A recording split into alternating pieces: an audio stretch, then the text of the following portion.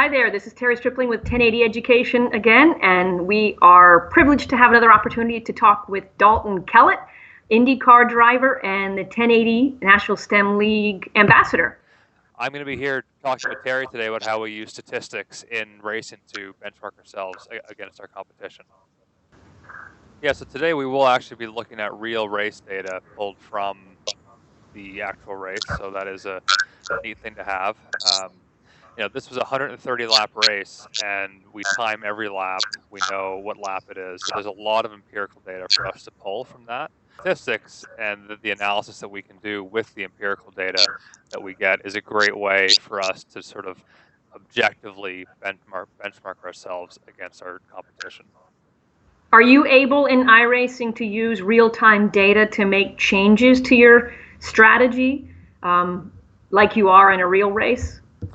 We are. So one of the things that we can do in iRacing is see the amount of fuel that we're burning per lap, and we can on my dash it actually shows the average fuel efficiency, the gallon per lap that we're burning, and knowing our average lap time pace and how much fuel we're burning, we're making on the fly strategy calls to decide when we're going to pit. A lot of studies out there are now telling us that adults in the workforce, really the one thing that they wish they had done more of with respect to mathematics in their school years was understand data. So understand how to take information, analyze it, understand it, and use that information to make decisions. Data cannot just hand you an answer. Data can help you understand what's happening, but at the end of the day, you have to make a judgment. What are you going to do with it? And it's an interesting point that you just made, that you have to understand the limitations of data as well. So you must have it to make good decisions, but ultimately it does fall to you to make good decisions.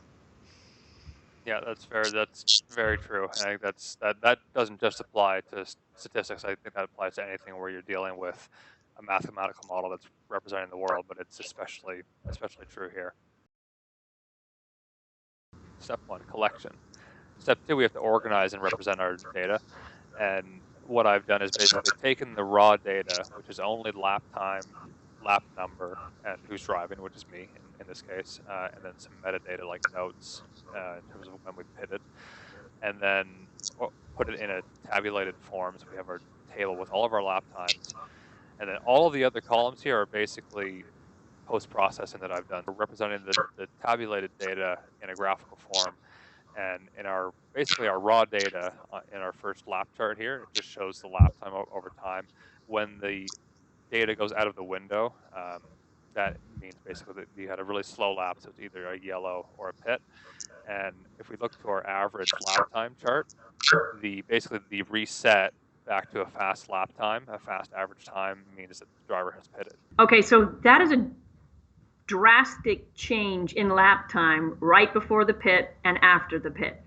What kind of changes do you make that have such an impact on your lap time?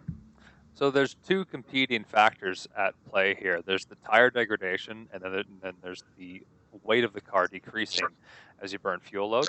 So the change we make in pit lane is that we change the tires. We put 4 new Firestone tires on, and we add fuel. So we're making the car faster by putting fresh tires on, but we're also slowing ourselves down because we have to refill our tank again, which adds about 18.5 gallons of ethanol of fuel. So that's a significant amount of weight that we've added to the car. There'll be a peak about 2 or 3 laps out of pit lane where your tires are up to temp and you burnt off a little bit of fuel, but you still have really fresh tires. That'll be about the fastest lap time for the run. And then from that point on, especially the track that we were racing on, being two left-hand turns on the Motegi Oval, it was really aggressive on the front tires. And as the tires wore, there was just a steady increase in lap time throughout the run.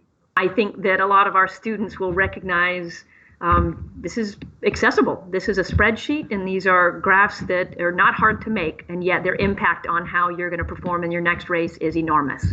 So thank you for those insights.